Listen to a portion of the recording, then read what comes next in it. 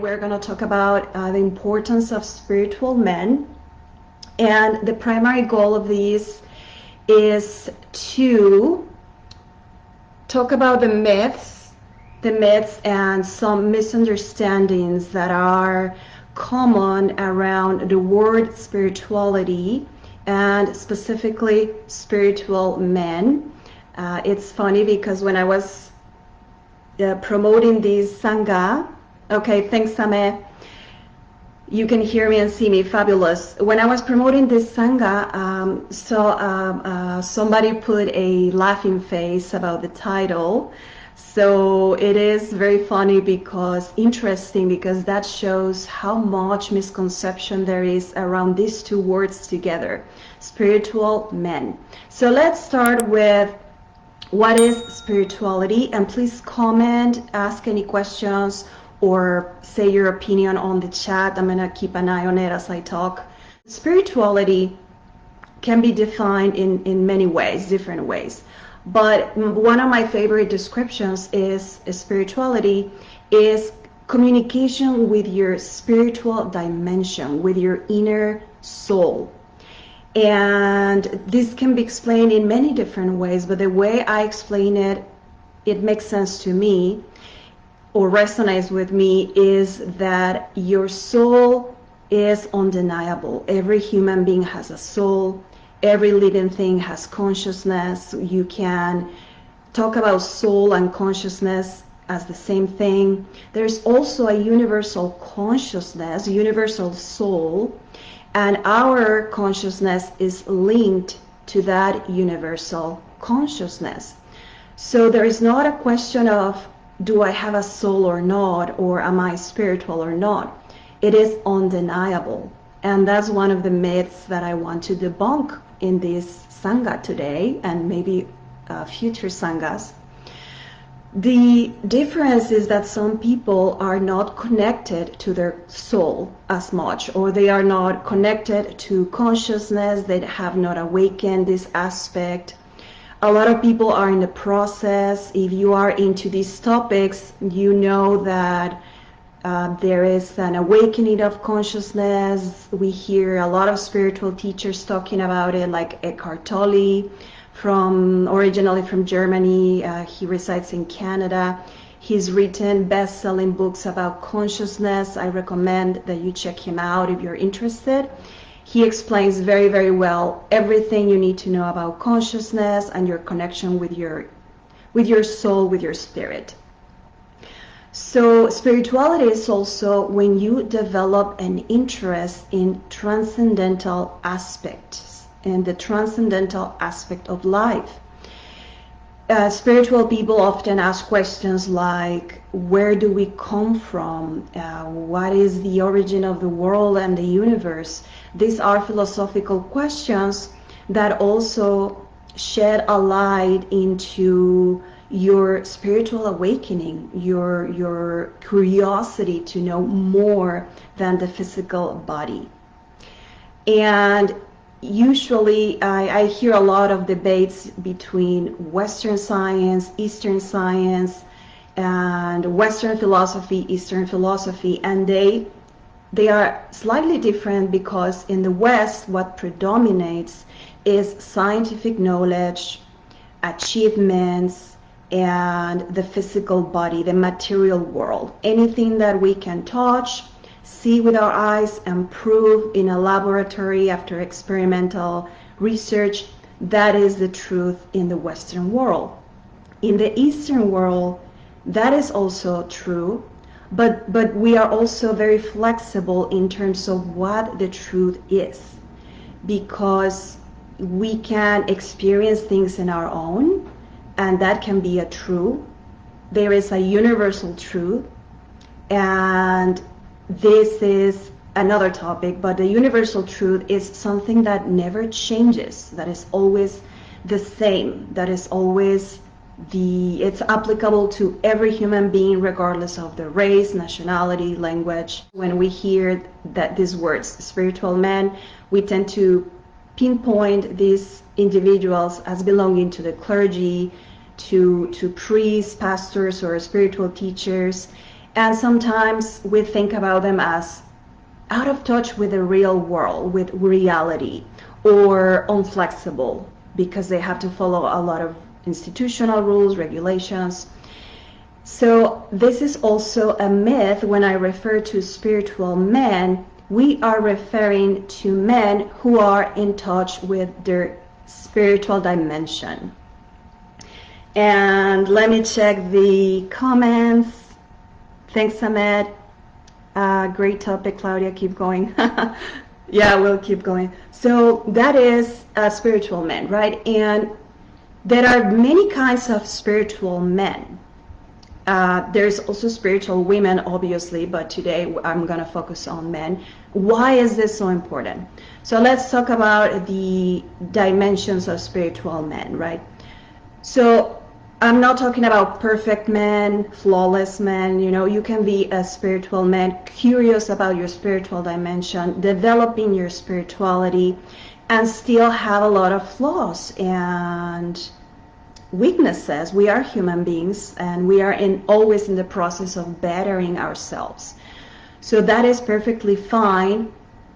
And the importance of spiritual men is that they are needed in the world, because if you are at a deeper level of spiritual advancement, you are in touch with creation, you are in touch with nature. These are universal truths that are part of Sanatana Dharma, Hindu philosophies and Eastern philosophies. So this is what spirituality means, right? To be in touch, in harmony with nature, with the elements of the universe, healthy in your body, healthy in your mind. So that's one of the characteristics that spirituality can bring to a man who is potentially a partner or a friend or a leader, a member of society.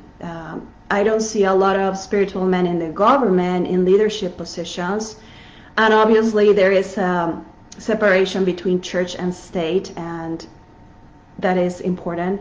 But here I'm talking about universal spirituality, right? It's not linked to any religion specifically, and you don't even have to be a member of any church or any religious institution. You can be spiritual on your own, right? That's the power of spirituality, that we don't need anyone. Maybe at the beginning we need teachers, gurus, who can provide the foundation, or we can study on our own and slowly become more in contact with our spirituality. So what else spiritual men bring to society, to the community, that is urgently needed? Well, take for example our latest president. I don't want to get political, but any politician, for example, some of them, they tend to be very ego-oriented. They are sometimes not really to the service of the people. They make a lot of false promises, and I know there is a lot of red tape and games that we have to play when we are in leadership positions.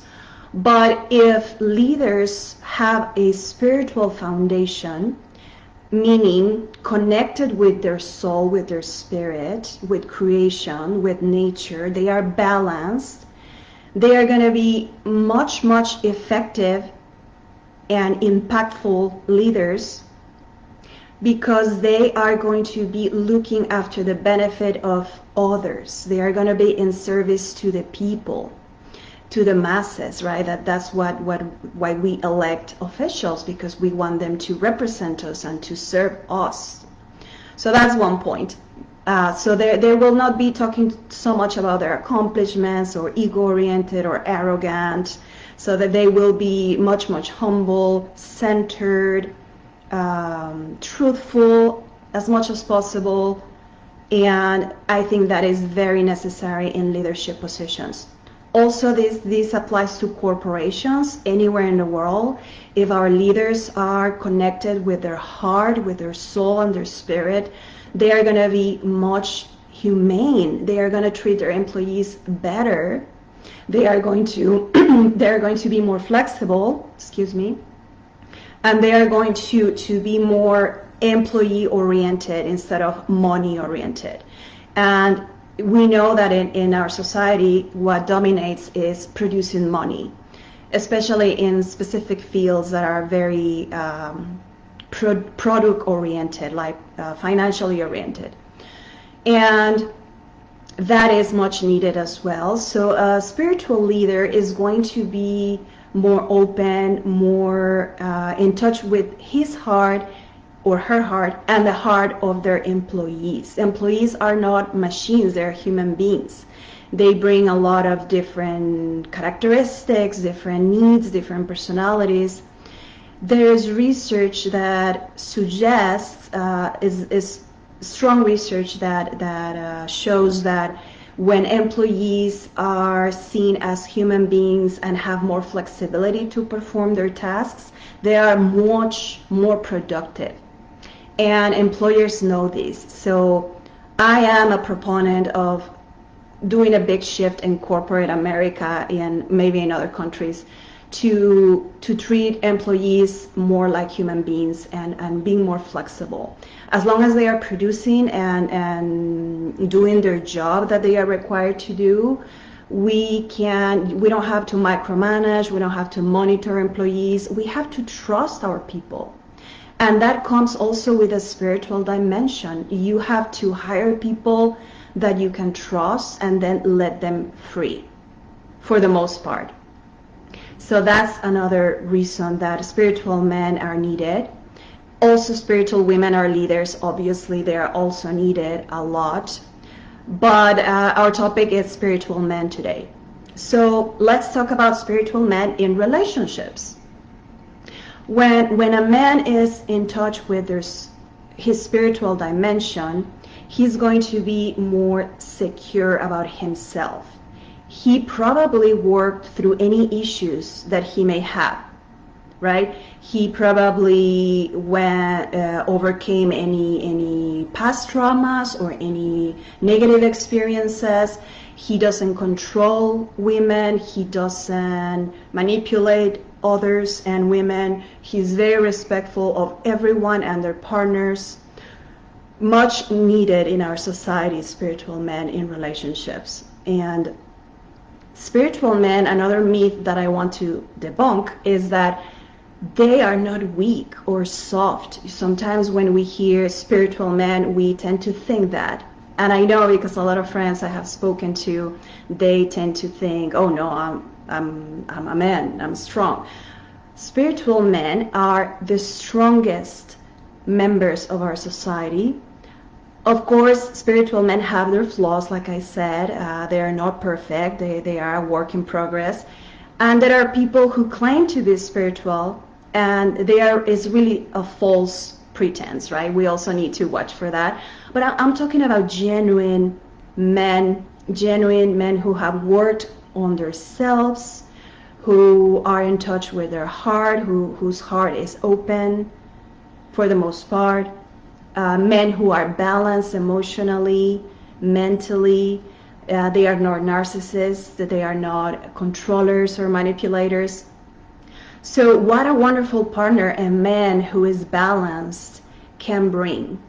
And if you put leaders who are in touch with their soul and their spirit, leaders in corporations and leaders in relationships that are in touch with their spirit, can you imagine this world, how different it would be? It would work much, much better. Also, spiritual men elevate others. They don't put others down, they don't compete, they are secure in themselves, because spirituality gives you a grounding. Spirituality gives you a center, a rock, an anchor.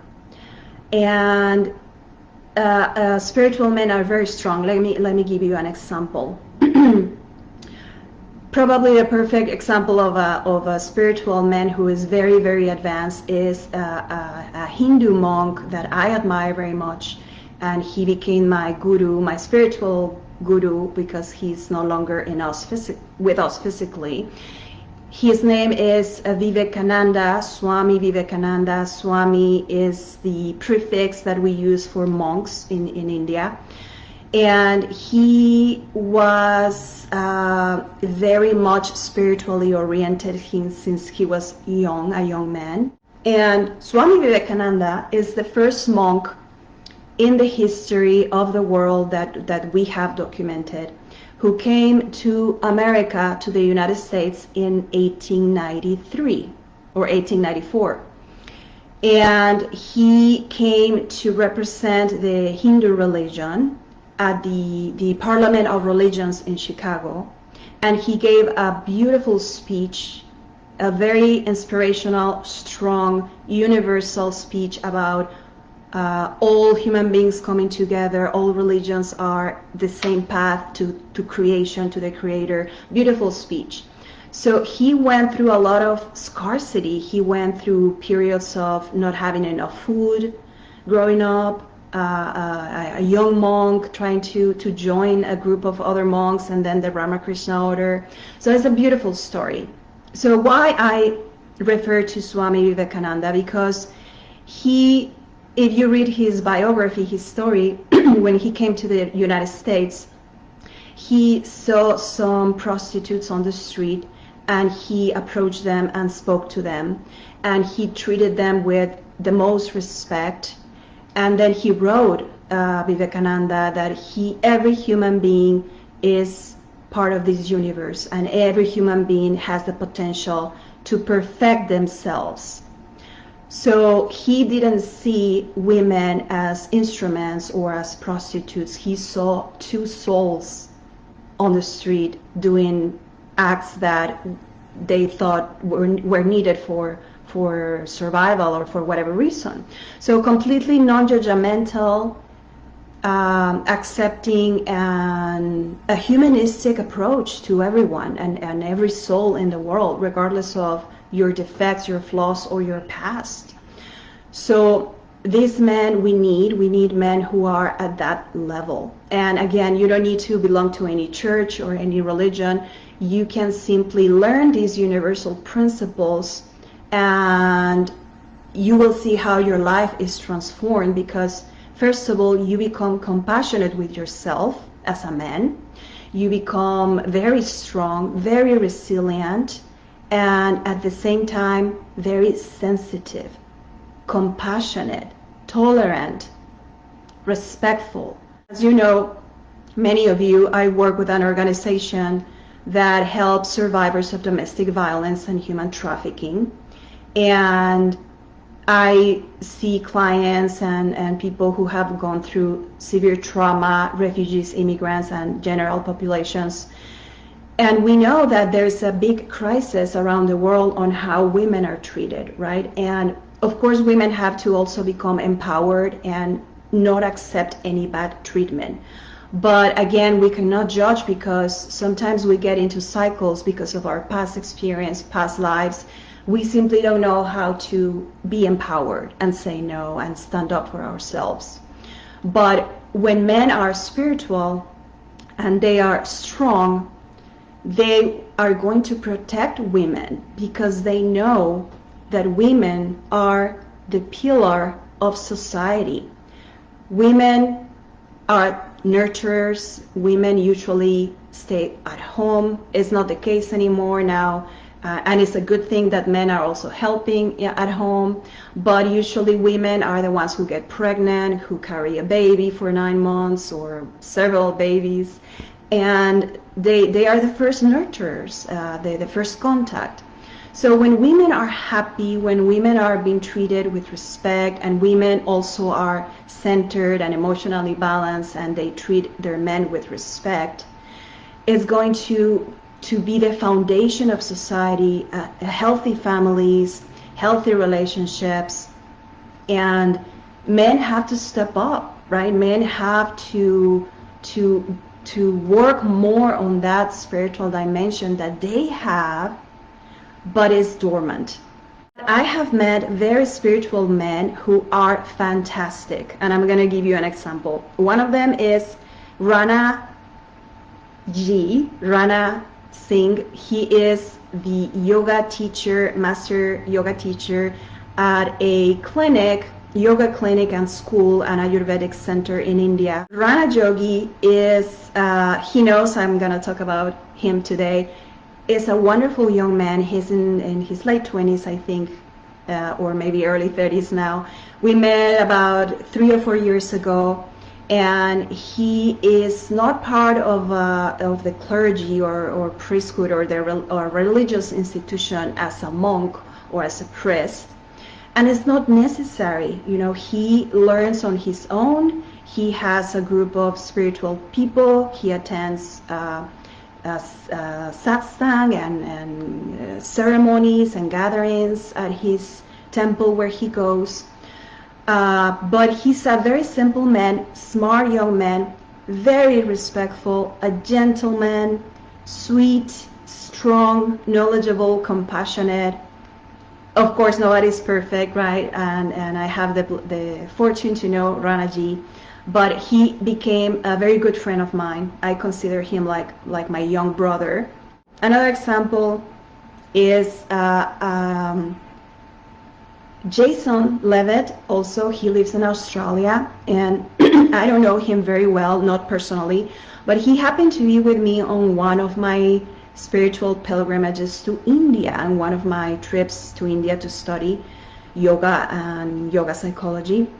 So I met him coincidentally. He was staying at the yoga clinic where I usually go, and he was probably in his late 30s, I will say. I didn't ask, but I'm guessing.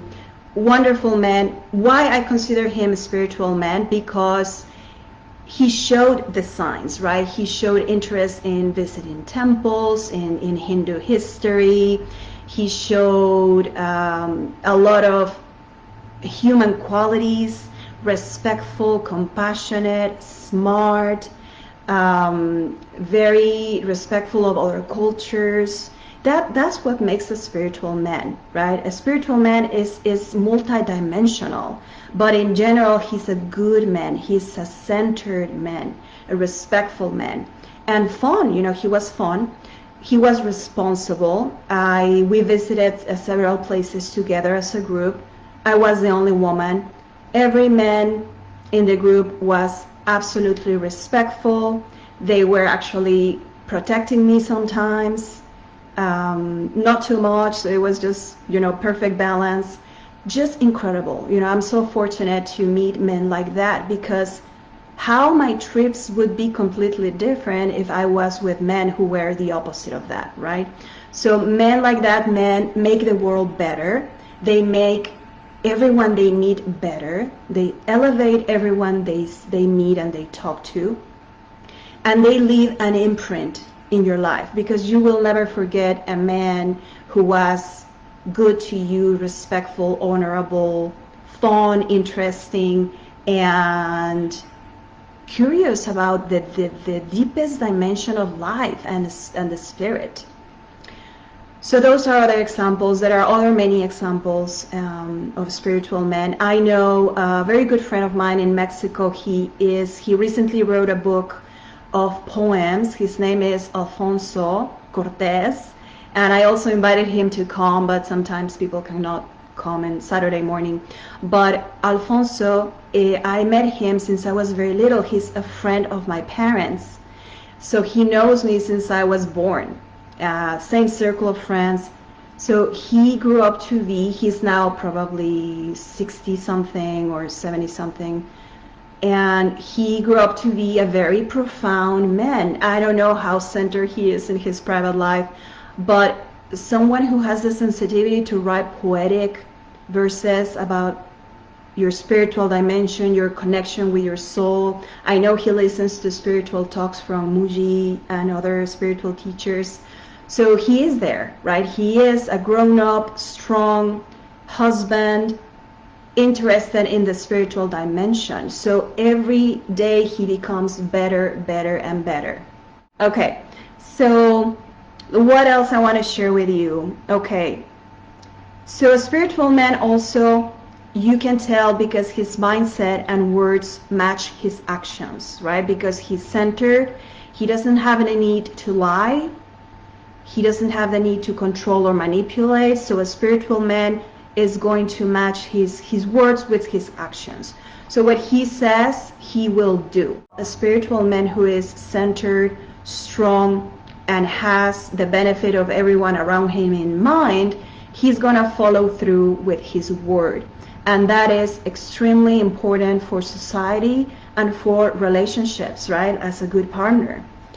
You can trust. This creates a trust, a foundation of trust, which is essential for relationships.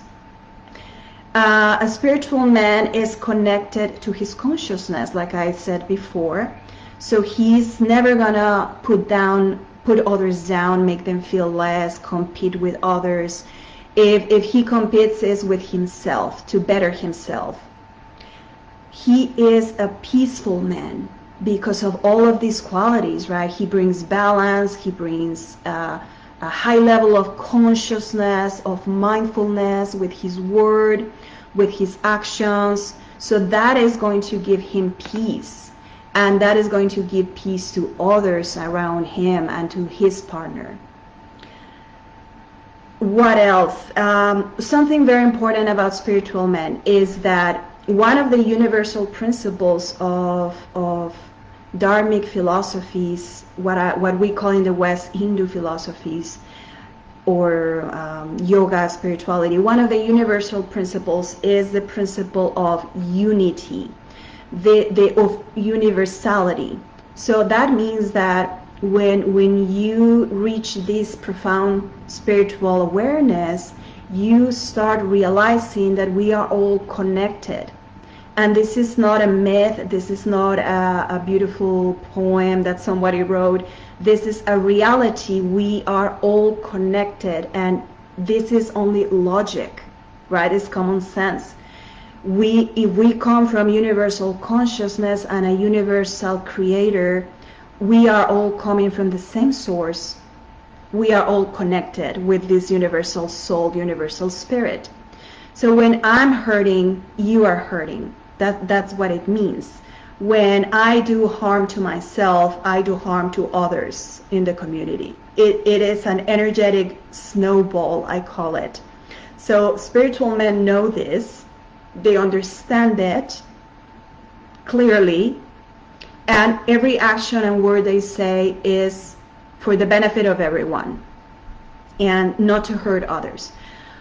Many spiritual men are, they don't go hunting, they don't kill animals. That doesn't go with spirituality at all, because that's again the unity principle. Animals are part of ourselves, are part of consciousness. They have consciousness. They are consciousness themselves. And a spiritual man is going to respect all forms of life as much as possible, and is not going to go hunting for fun or hurting animals or hurting anyone. Another characteristic of spiritual man that is much needed in our world is that he feels he's deserving and intrinsically worthy. Ground for healthy relationships. That's the note that I didn't want to forget to share with you. In my experience, when men have this foundation, they are better partners. Like I said before, they feel deserving, they feel honorable, and they bring this wonderful basis for a wonderful relationship, a healthy relationship with partners and with everyone, with friends and others. If you are Catholic, for example, there is the symbol of Jesus Christ, right? The life of Jesus Christ, not only the symbol, the life. He helped everyone. He was a healer. He was centered. He was incredibly strong. He was masculine, but he was also sensitive. He was not hyper masculine. He was not using others. He was not using women. He had women partners, probably, most likely, we know now.